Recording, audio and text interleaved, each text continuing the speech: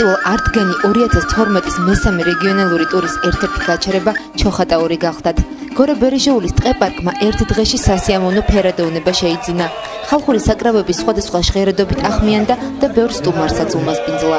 რამდენიმე ღონისძიება აქ ერთმანეთის პარალელურად განვითარდა. გამოიფინა ხალხური რეწვისა და თექის საკმაოდ საინტერესო ნიმუშები.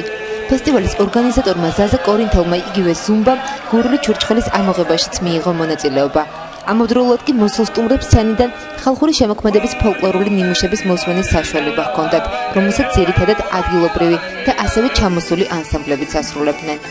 ფესტივალი გურიის შემდეგ ფოთში გადაინაცვლებს. არტგენი უკვე მე-9 წელია ტარდება და მის ძირითად მიზანს ქართული ფოლკლორის, ძირძველი ტრადიციების მოძებნა პოპულარიზაცია წარმოადგენს. ჩვენ ვაგზავნებთ ჩვენს მოგზაურობას რეგიონებში.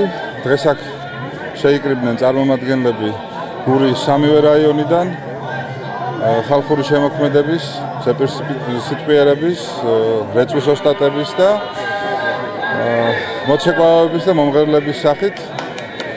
გვაქვს ძალიან საინტერესო დებიუტიც ასევე.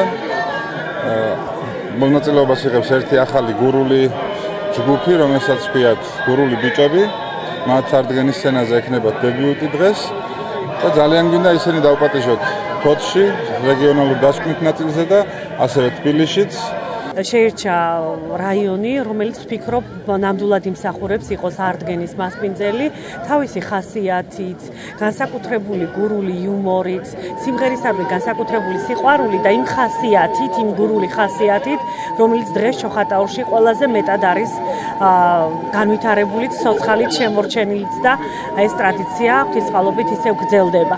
ჩვენთვის ძალიან დიდი პატივი იყო და არის ის, რომ ვართ დღეს არტგენის მასპინძლები და ვფიქრობ ყველა ჩოხატაურელისთვის ეს ძალიან საამაყოა.